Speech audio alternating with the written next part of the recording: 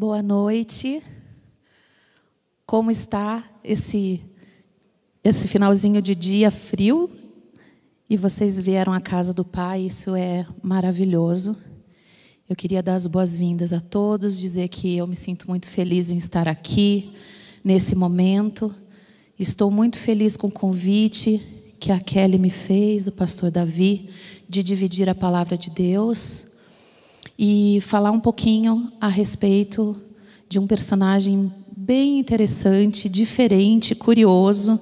Eu aprendi bastante ao estudar o sermão e acho que vai ser de grande valia para cada um de nós.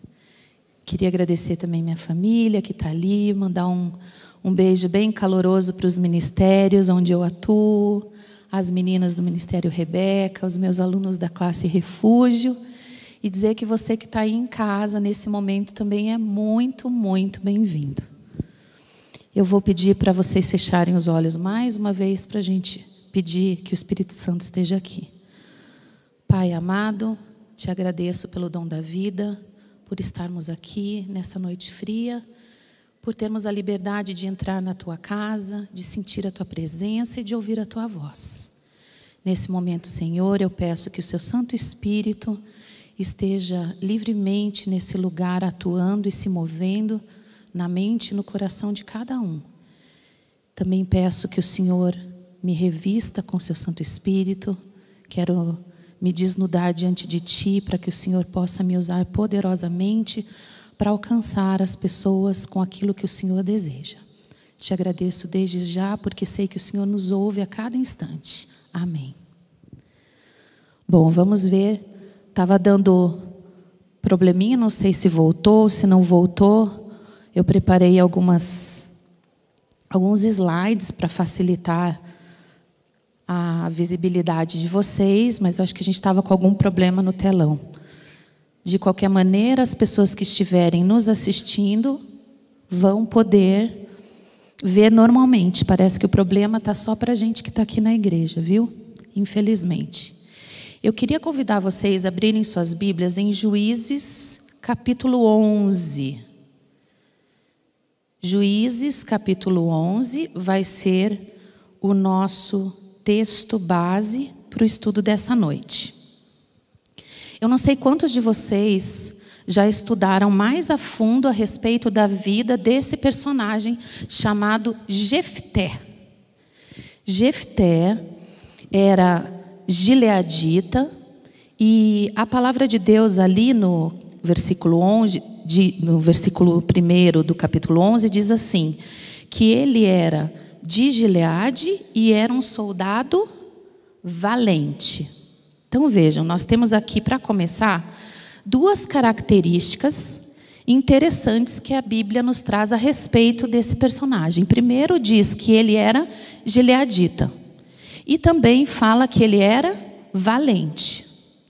Vamos pensar na valentia como uma característica importante para os jovens daquele contexto histórico.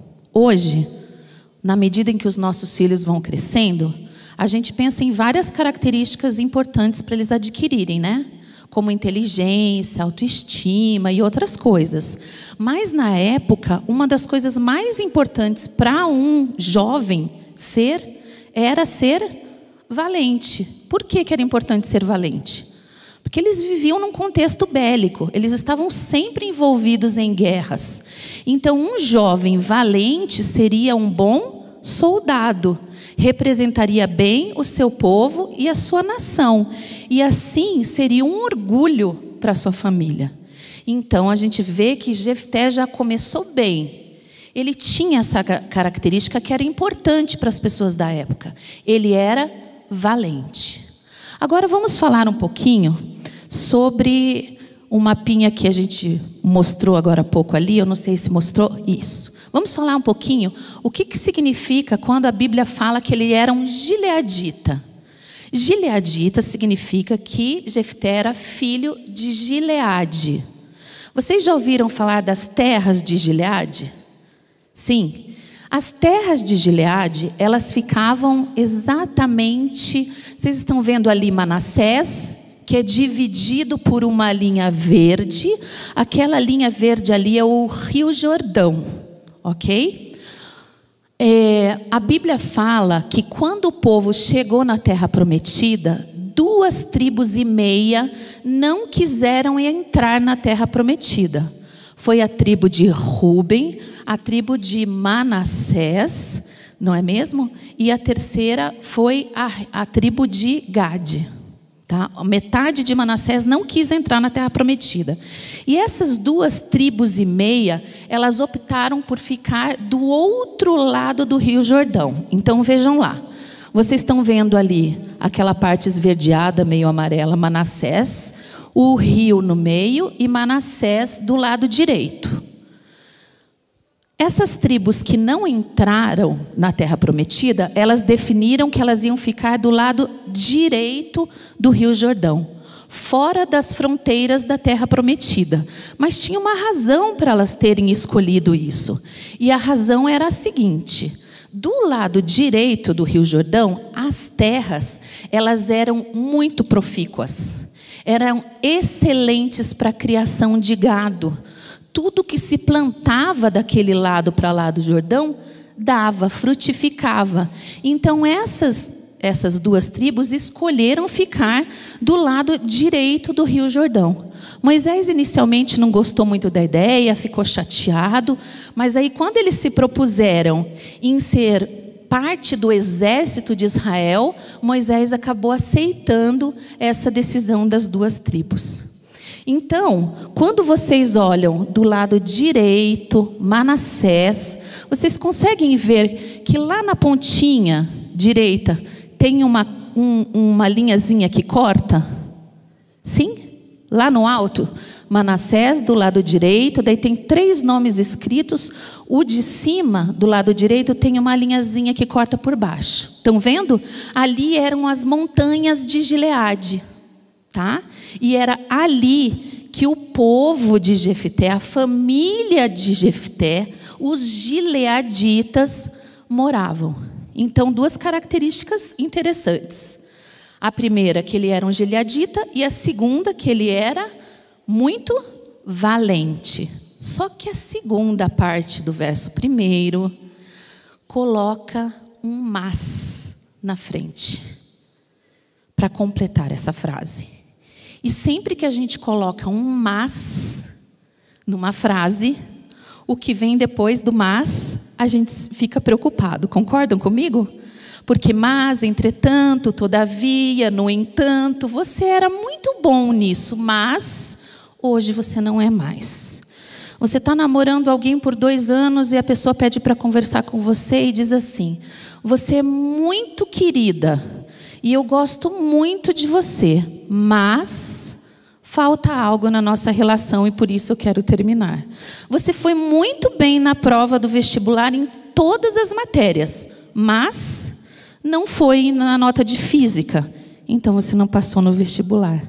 Sempre que a gente vê um mas numa frase, a gente se preocupa com o que vem depois. E aqui não era para menos. A Bíblia fala que ele era gileadita, ele era valente, mas, e daí como é que fala no final? Era filho de uma prostituta.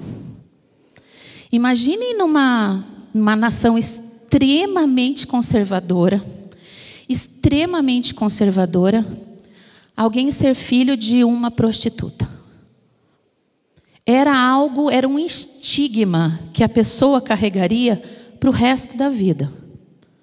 Sem falar que isso significava que Gileade tinha cometido o quê? Adultério. O pai de Jefté tinha cometido adultério. Então nós temos várias situações negativas envolvendo essa filiação de Jefté. O fato dele ser filho de uma prostituta trazia para ele um peso, uma carga dificílima de ser carregada. E mesmo na barriga, ele já começou a carregar esse estigma. De repente, aquela mãe já começou, na medida em que a barriguinha ia crescendo, de repente ela já começou a perder clientes. que faziam parte do ganha-pão dela. E quando ela olhava para aquela barriga, o que ela pensava? Você é o responsável por isso, você é o culpado. Eu nem te queria. Não era para você estar aqui crescendo dentro de mim. Imagine uma gestação toda sendo carregada por esse tipo de sensações e sentimentos.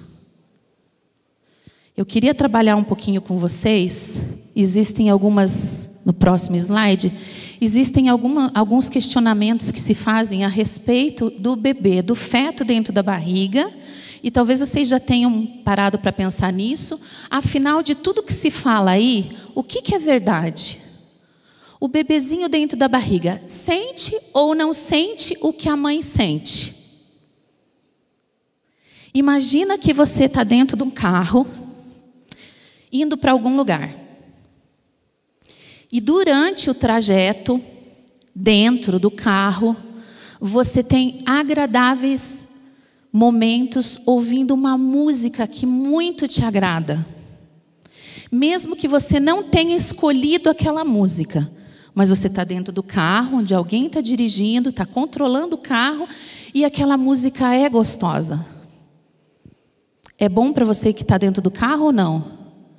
Sim, mesmo que o carro não seja seu e você não esteja dirigindo o carro. No entanto, de repente, o motorista que está dirigindo o carro onde você está ao lado, ele começa a correr demais. E ele passa por umas 2 ou 3 lombadas sem parar. E você tem aquele sobressalto. Mesmo que não tenha sido você que estivesse dirigindo e não tenha sido sua responsabilidade, o que acontece com o seu coração no momento em que o motorista passa por aquelas 2 lombadas? Você também fica sobressaltado. Você também se preocupa. É óbvio que o bebezinho dentro da barriga, ele não compreende o que ele está sentindo. Ele não sabe dar nome para aquilo que ele está sentindo, mas ele sente alguma coisa. Os estudos dizem, se puder mostrar ali para a gente, os estudos dizem que do cordão umbilical, o feto recebe tanto neurotransmissores quanto hormônios que são produzidos pela mãe e vão pela corrente sanguínea até o bebê lá no útero.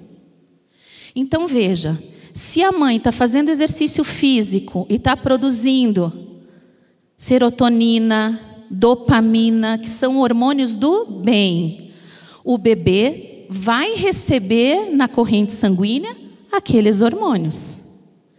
Agora vamos dizer que o bebê está na barriguinha da mãe e de repente a mãe começa a ficar muito preocupada com alguma coisa e começa a produzir adrenalina, que é um hormônio que te deixa agitado, atento, esperto, porque alguma coisa vai acontecer. O bebê também recebe aquele hormônio. E de repente essa mãe está estressada, ela está nervosa, ela está cansada, ela está chateada, ela está triste. E ela começa a produzir o hormônio chamado cortisol. O que acontece com o bebê? Lá na corrente sanguínea, ele também vai receber, se a mãe não estiver bem, mostra para mim lá, na terceira leitura ali, se a mãe estiver nervosa, estressada ou com raiva, o corpo dela vai liberar esses hormônios e eles também vão chegar ao útero. Então a gente chega à conclusão que Jefté, ele começou já sendo rejeitado pela mãe e no decorrer dessa gestação passou por várias situações, muito provavelmente, situações ruins, porque ela já era excluída da sociedade. Todos esses sentimentos que ela reverberava produziam hormônios nela que iam para o bebê, e daí de repente ele nasce. Ele nasce. A Bíblia não é bem clara a respeito, mas ela diz assim: os estudiosos falam que o pai de Jefté levou Jefté para a casa dele. A gente não sabe detalhes. Se ela foi lá e levou o bebê, ou se o pai escolheu ficar com o bebê e pediu para a mãe. O fato é que ele levou Jefté para casa quando ele nasceu. Se Gileade levou Jefté para casa quando ele nasceu, isso significa que ele queria assumi-lo como um filho o quê? Legítimo. Ele não levaria para dentro de casa, deixando transparente aquela relação, se ele não quisesse assumir o filho como um filho legítimo. Ocorre que tinha uma outra situação ao redor de Jefté, que era complicada. Que era a relação dele com quem? Com a madrasta. Imagine que essa madrasta que tinha sido traída pelo esposo, quando foi procurar uma prostituta, engravidou esta prostituta. Agora esse pai traz esse bebezinho para dentro de casa. E quando essa esposa olha para Jefté, o que ela enxerga? Ela só enxerga a infidelidade do esposo. Ela só enxerga a dor que aquele esposo fez ela passar. Então as relações que estavam ao redor de Jefté eram todas nocivas. Desde o ventre, quando ele nasce, ele vai para a casa do pai. Parece que o pai então vai reconhecer, mas aí essa madrasta não aceita. E o versículo 2 do capítulo 11 diz assim, que a esposa de Gileade também teve filhos. Quando diz também, significa que quem veio primeiro? O Jefté. Se a esposa também teve filhos. Então, presume-se que Gileade era o primogênito. Como primogênito, os direitos de Gileade em relação à herança daquela família giravam em torno de 50% de tudo que o pai deixasse. Ia para o primogênito. E os outros 50% eram divididos com o resto da família de sangue, esposa, filhos, etc. Só que Jefté era o quê? Bastardo. Essa é a palavra que a gente usa. Bastardo. Ilegítimo. E aí, nesse contexto, Jefté vai crescendo num meio onde a madrasta, quando olha para ele, lembra do adultério do marido, e esses filhos começam a se sentir incomodados, esses irmãos se incomodam com a existência de Jefté. Porque Jefté é ilegítimo, ele é bastardo, mas se fosse pela vontade do pai, ele teria direito a 50% de toda a herança. E os irmãos não queriam que isso acontecesse. Então, já na fase adulta, nós temos um outro tipo de rejeição pelo qual Jefté passa. Ali no capítulo 11, no versículo 2, depois que a gente lê que a esposa de Gileade também teve filhos, diz que quando eles cresceram, finalzinho do 2, tá, gente? Eles expulsaram Jefté e disseram para ele: você não vai herdar nada do nosso pai, porque você é filho de outra mulher. O comentário bíblico adventista diz que nesse momento Gileade já tinha falecido. Por isso que estava instalada essa confusão toda.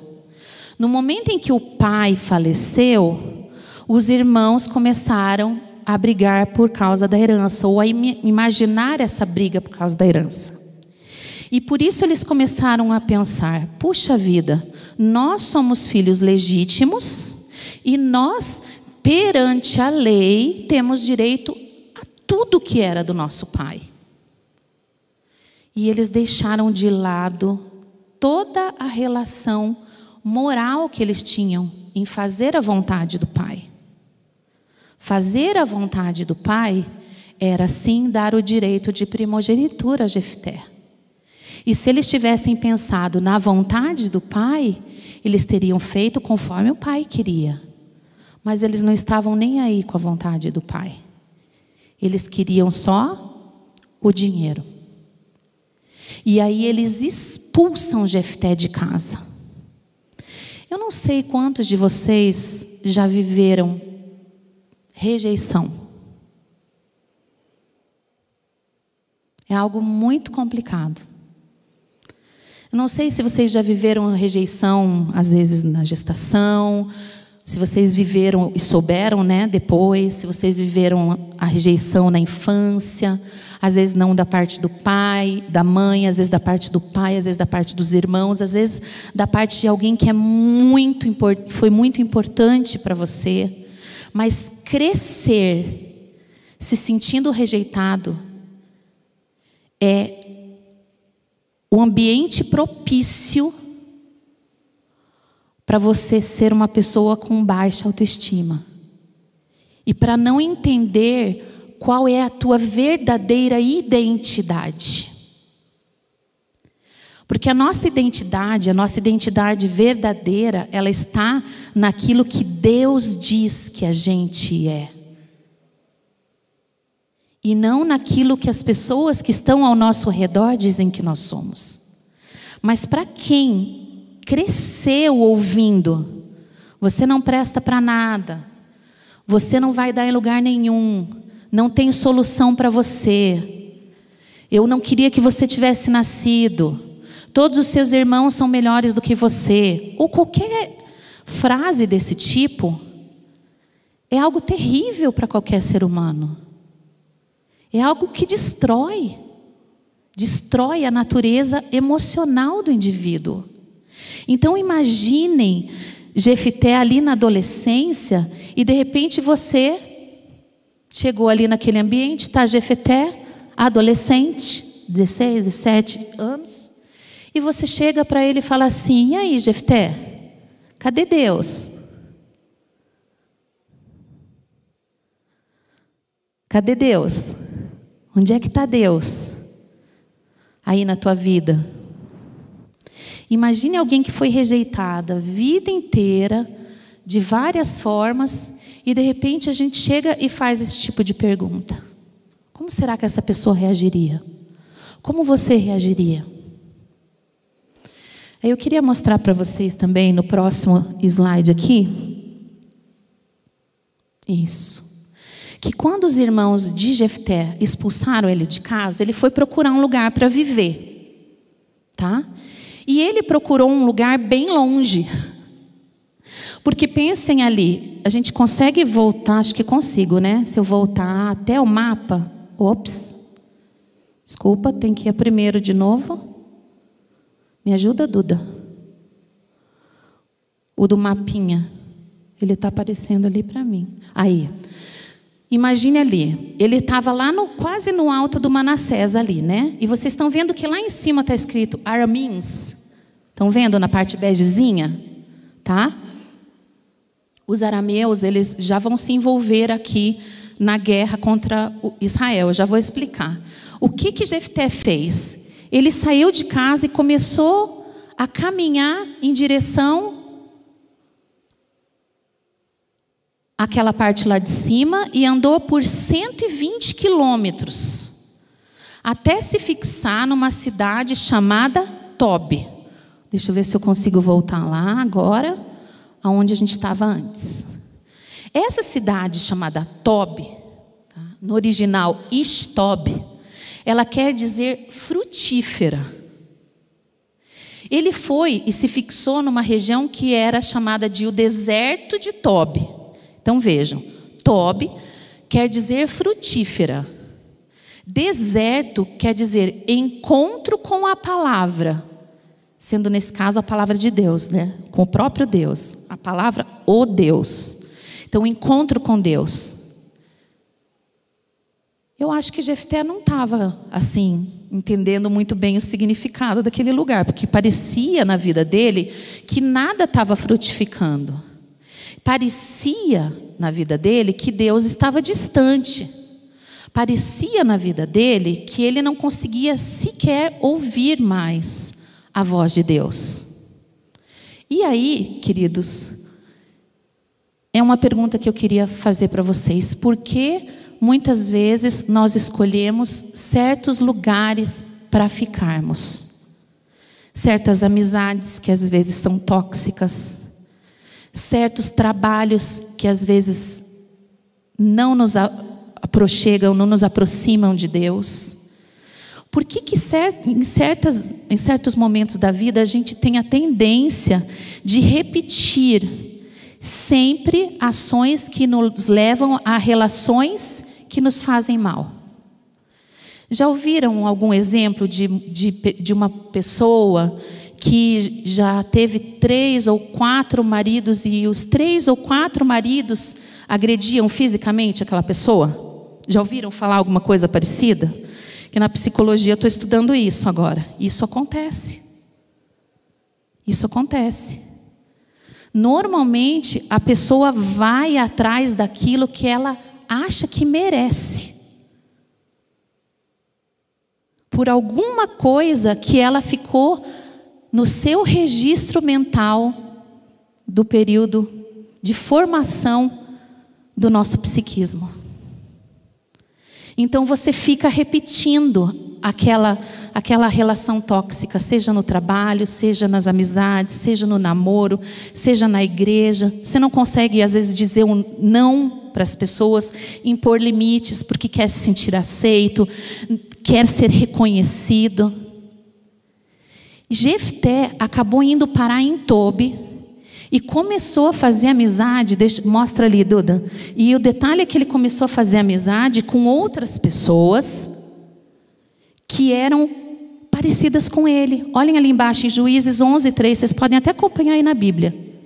Que quando ele fugiu dos irmãos e foi morar em Tobi, última parte do verso, alguns homens ordinários se juntaram a ele e andavam, o quê? Juntos. Que coisa impressionante. Ele, por tanto ser rejeitado, por tanto não sentir o amor de ninguém, acabou mais uma vez se aproximando de pessoas que também não se sentiam amadas, que também tinham a sensação de rejeição o tempo todo na vida deles. Mas a frase que está ali em cima, ela é bem interessante, né, desse escritor Warren Wiersbe, que diz assim, que a vontade de Deus jamais o conduzirá a um lugar em que a graça dele não possa te guardar. E ali, em Tobi, rodeado de pessoas que os comentaristas dizem que eram mercenários, eram pessoas desocupadas, Jefté vai tendo uma transformação na vida dele. Uma transformação incrível. Aquele rapazinho, sem iniciativa, com medo de tudo, com aquela sensação de que não era capaz de realizar as coisas, porque havia sido rejeitado a vida inteira, ele começa a despontar como um grande líder. É certo que as escolhas que ele fez ali não foram muito positivas, sabe, gente? Ele escolheu ser mercenário como aquelas pessoas. O que os mercenários faziam? Saqueavam as tendas, saqueavam os lugares, trocavam favores para que as pessoas ricas não fossem roubadas no meio das viagens. Elas ofereciam dinheiro, então eles protegiam numa travessia de um lugar ao outro. E ele começou a fazer isso. E ele começou a viver disso. E ele começou a perceber que ele era bom nisso. Ele começou a se tornar mais valente, uma pessoa extremamente sagaz, cheio de iniciativa e com um profundo perfil de liderança. Parecia que finalmente Jefté tinha encontrado seu lugar no mundo. Mas uma coisa Jefté fez que foi extremamente danosa para ele. Ele começou, já que ele não era amado, a ser temido. Ele trocou o amor pelo temor das pessoas para com ele. As pessoas olhavam para Jefté e tinham medo, temiam, porque ele era violento, ele era extremamente poderoso, e por isso Jefté é como se ele ficasse assim, tentando encaixar as peças do quebra-cabeças da vida dele com peças que nunca se encaixariam. Porque o temor nunca vai ser colocado no lugar do amor e encaixar. Nós temos dentro de nós um buraco do tamanho de Deus. Eu gosto dessa frase. E jamais qualquer outra coisa que eu coloque na minha vida vai me preencher como Deus me preenche. Se eu colocar um cargo, uma função, uma profissão, minha família, um namorado, um emprego, a igreja, se eu colocar qualquer coisa para preencher esse buraco que eu tenho dentro de mim, que não seja Deus, eu vou ficar o tempo todo com uma sensação de vazio. E era exatamente assim que Jefté se sentia. O tempo de Deus não é igual ao nosso tempo. Nós somos imediatistas. Queremos tudo para ontem.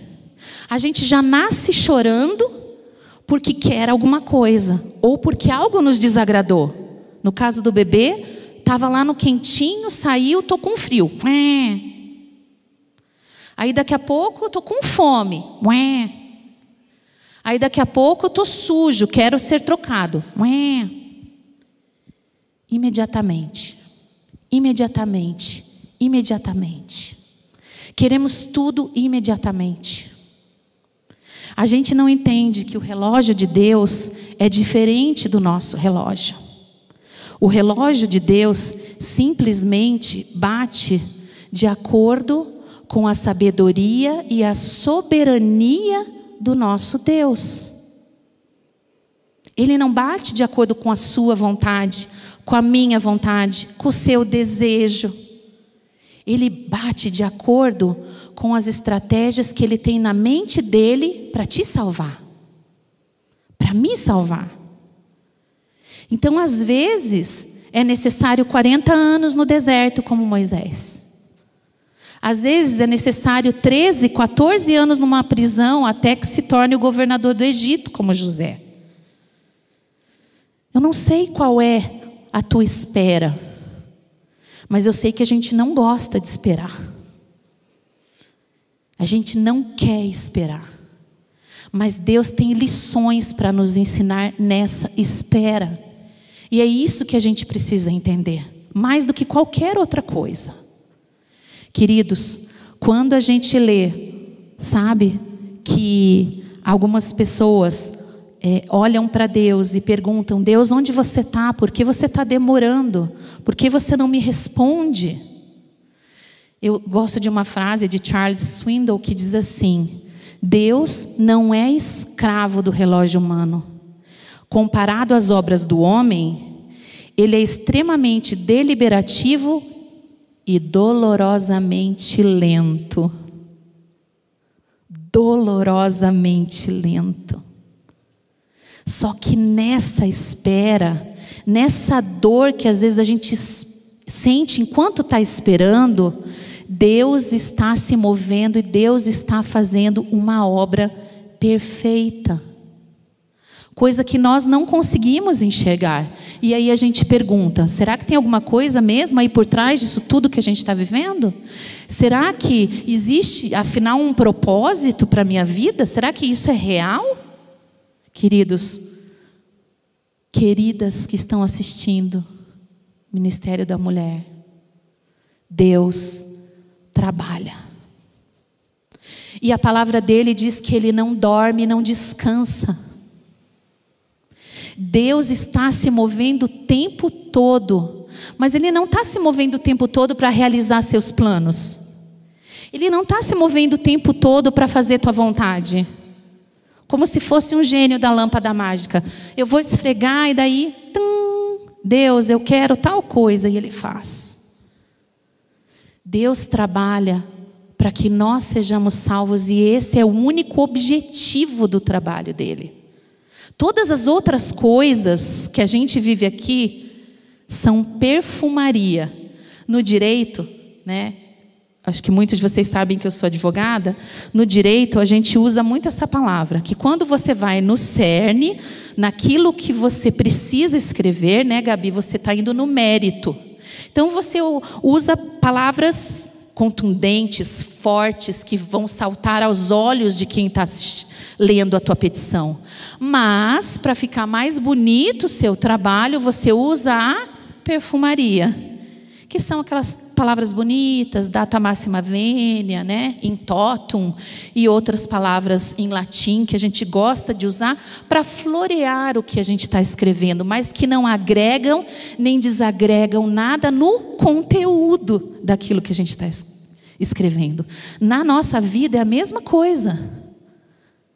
Tudo que a gente faz, que está ao nosso redor, nosso trabalho, nossas relações familiares, nossas relações de amizade, nossos ministérios, qualquer coisa, podem falar qualquer coisa, o lazer, eu gosto de viajar, você gosta do quê? Cada um pensa numa coisa, eu gosto de ler, eu gosto de estar com os amigos, que não está dando, eu gosto de jantar fora, que não está dando também, estamos privados de praticamente tudo que a gente gosta, né? Mas todas essas coisas, elas são o quê? Perfumaria. Para Deus tudo isso é perfumaria. E Jefté, ele fica por 18 anos lá em cima, naquele lugarzinho que eu mostrei para vocês no mapa, até que os amonitas resolvem guerrear contra o povo de Israel. Mas quem são os amonitas? Bom, primeiro uma coisa meio óbvia, os amonitas são descendentes de Amon. E quem era Amon? Filho de Ló, com uma de suas filhas. Quando ele saiu de Sodoma, que a mulher foi transformada em estátua de sal, lembram? Ele tem este filho com uma das filhas, Amon. E os amonitas serão uma grande pedra no sapato de Israel naquele momento histórico. Os amonitas começam a entrar dentro do território de Israel e eles começam a saquear tudo o que eles encontram pela frente. Os israelitas já não conseguem mais cultivar nada, porque os amonitas vêm e roubam tudo deles. As famílias começam a passar necessidade, e as necessidades não estão sendo supridas mais, porque os amonitas estão a toda destruindo tudo que eles encontram pela frente.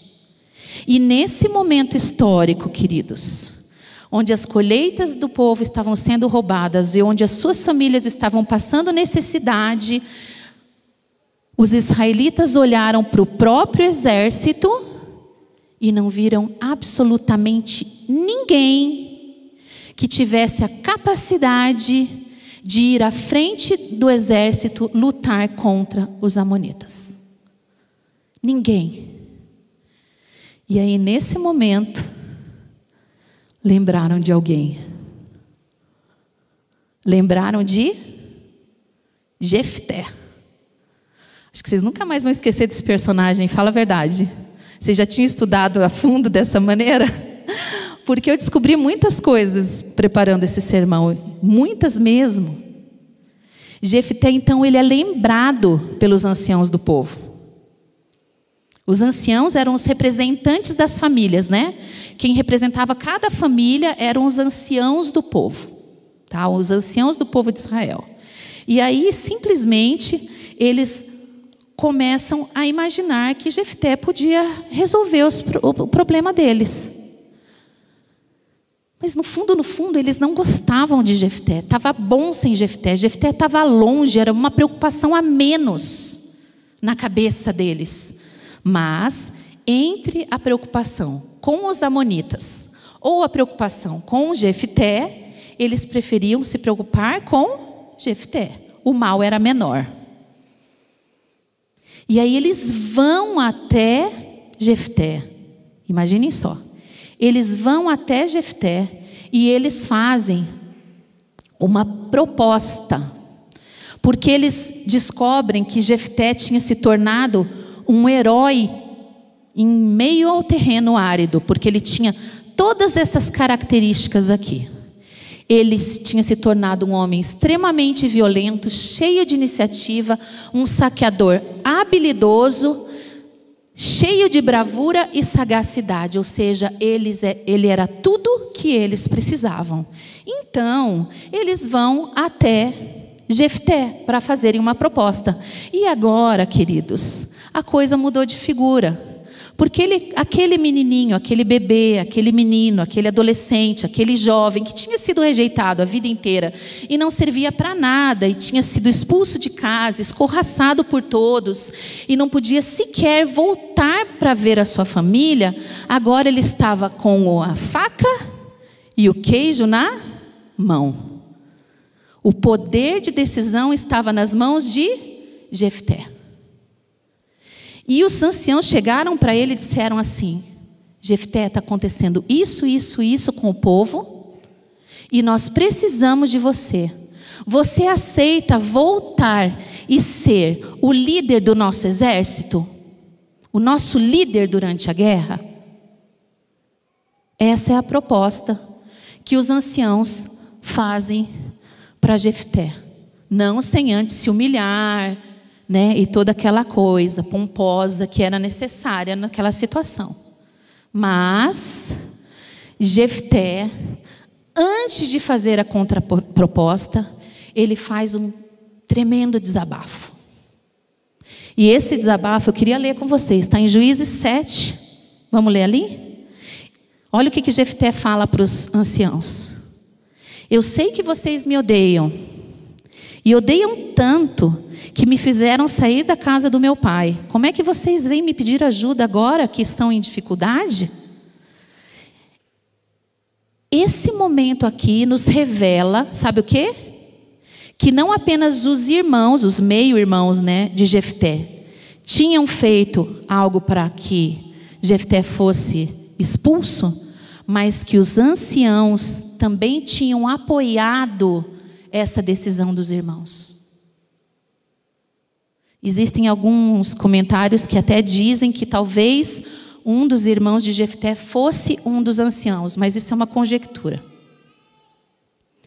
Então imagina, Jefté pega agora e coloca tudo em pratos limpos, né? São vocês mesmos que estão vindo aqui agora pedir minha ajuda? Vocês mesmos? Vocês que me rejeitaram, vocês que quando os meus irmãos me expulsaram, não se posicionaram contra, não disseram que eu tinha algum valor, são vocês que agora estão vindo pedir a minha ajuda? E aí ele pensa, eu vou ajudar, mas eu vou pedir muito mais do que aquilo que eles estão me oferecendo. E daí Jefté olha para os anciãos e diz assim para eles: eu vou com vocês. Mas se eu vencer essa guerra, isso já está ali na parte de baixo, se eu vencer essa guerra, além de me tornar definitivamente o líder do exército de Israel, eu me tornarei o líder de vocês. O governador, o líder master, top of mind. Foi essa a contraproposta dele. Só que os anciãos ali naquele momento, eles não tinham como dizer não. Ali estava impossível. Eles estavam entre a cruz e a espada. E eles aceitaram. Eles aceitaram e no versículo 10, diz assim: nós faremos como você diz, e o Senhor é nossa testemunha. O que é interessante a gente levantar aqui? Estamos quase indo para o finalzinho da nossa mensagem. O que é importante a gente pensar aqui? Que quando Jefté fez essa contraproposta e os líderes aceitaram e disseram que estavam jurando em nome de Deus, que estavam fazendo uma promessa, tendo Deus como testemunha, aquele contrato se tornava tão sério, mas tão sério, que nada poderia fazê-lo voltar atrás. Quando alguém colocava Deus como testemunha. E aí a Bíblia diz ali, se vocês continuarem lendo, que eles foram até Mispa, que era um lugar muito importante daquele momento histórico, onde eles fizeram o juramento diante do povo, e o povo concordou que, além de líder do exército, ele também se tornaria o líder daquela nação. Queridos, Jefté voltou, passou por todo aquele território de Gade, Manassés, arregimentando o exército, foi para a guerra e venceu a guerra. Venceu e voltou como vitorioso. E ainda Juízes 29 diz assim, que Deus fez vir o Espírito Santo sobre ele, para que ele lograsse êxito. Lá verso 29. A história de Jefté, ela acaba dessa maneira. O expulso da família tornou-se o governador de toda uma região. A zombaria foi substituída por aplausos. Antigas injustiças foram reparadas. E ele elevou-se muito, muito mais acima do destino que os irmãos haviam decretado para ele. Muito acima. Porque o destino dele estava debaixo dos propósitos divinos. E não debaixo dos propósitos dos irmãos. Quem será que Jefté teria se tornado? Vamos pensar aqui para a gente finalizar. Se ele nunca tivesse saído de casa. Quem você seria se você não tivesse passado por tudo que você já passou? Por todos os desertos por onde você já andou. Por todos os momentos de solidão onde você teve que refletir a respeito de você. Quem você teria se tornado se não fosse Deus te conduzir a cada instante? No deserto, na solidão, nas perdas, nos momentos em que parecia que tudo estava ruindo debaixo dos teus pés. Rejeição, frustração, fracasso, solidão. Tantas coisas a gente passa. O tempo todo, a cada dia. Mas, queridos, a gente não pode esquecer de que em todo o caminho, em todo o processo, lembram aquilo que eu coloquei lá, 2 mãos postas e do lado? Deus trabalha. Guarda isso. Quando você estiver com medo, estiver com dor, está sozinho, está inseguro, não sabe o que fazer, está achando que está tudo errado, lembre-se, Deus trabalha por mim. Se o resto todo faltar, se a minha família não estiver comigo, se eu for rejeitado pelos meus amigos mais queridos, se a minha igreja não me der espaço, eu ainda permanecerei firme, porque Deus está trabalhando por mim. Tem uma historinha que diz que uma criança estava aos pés da avó, enquanto a avó estava fazendo uma toalhinha de crochê, alguma coisa assim.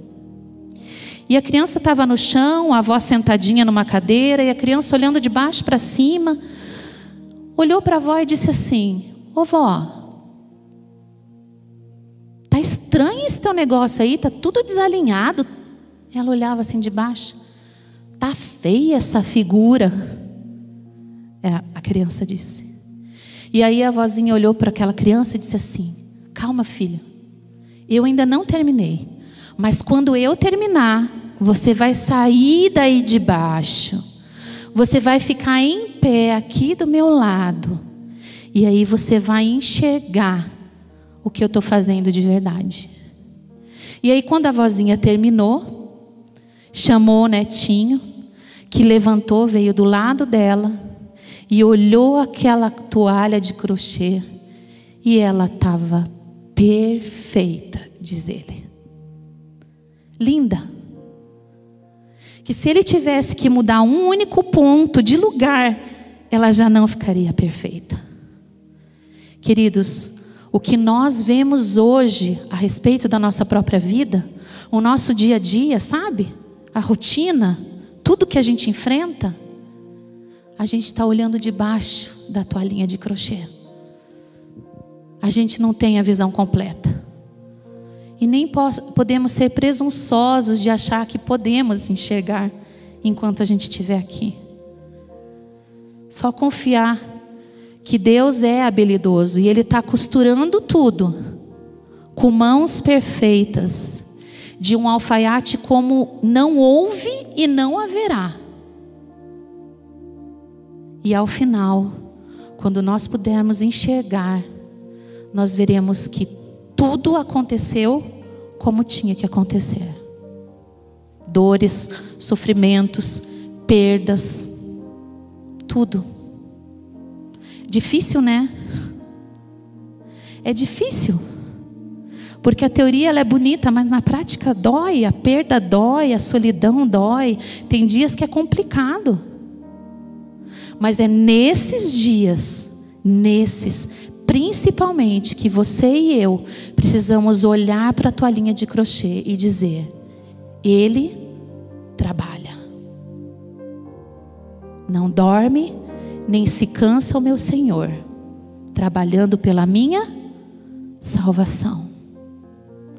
Se você, como eu, crê nisso, e se você, como eu, quer desenvolver essa fé tamanha ao ponto de, mesmo enxergando todas as linhas tortas, se sentindo sozinho e com dor, olhar para Deus e dizer: Senhor, continua trabalhando, porque eu vou confiar em Ti. Se você, como eu, crê nisso e quer fazer esse pacto com Deus, se levante e vamos fazer uma palavra de oração.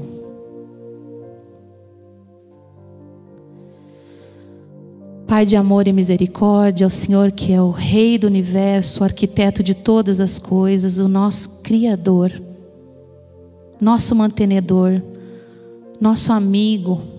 Obrigada, Senhor, por essa noite fria, porque nós temos um teto sobre a nossa cabeça.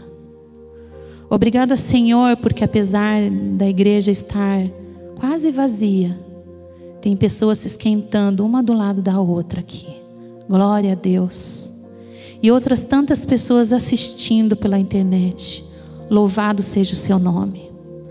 Não porque uma mulher cheia de defeitos, infinitas debilidades, subiu ao púlpito sem a menor competência, mas porque o Senhor arruma todas as coisas. O Senhor transforma as nossas palavras em algo perfeito para chegar na mente dos que estão ouvindo. O Senhor ouve a nossa prece e movimenta o céu inteiro para nos salvar. O Senhor se preocupa, se comove, chora, se entristece com a nossa dor e não vê a hora disso acabar. Senhor, ajuda-nos a crermos nisso e a colocarmos diante de Ti a nossa confiança, a nossa vida, a nossa energia, nosso tudo, para que o Senhor continue o que um dia começou. Eu coloco diante da Tua presença todas as famílias aqui representadas, seus problemas, suas dúvidas, seus anseios, e também de todos os que estão assistindo ou ainda assistirão. Ouve o nosso clamor, ó Pai, e se revela para a gente. Se estamos pedindo coisas como crianças bobas, nos mostra a Tua vontade. Vai nos quebrantando, Senhor, e nos faz vasos prontos a servir o nosso próximo, até que o Senhor venha nos buscar. Leva-nos em segurança, dá-nos uma boa noite de sono. É o que eu te peço e agradeço por Jesus. Amém.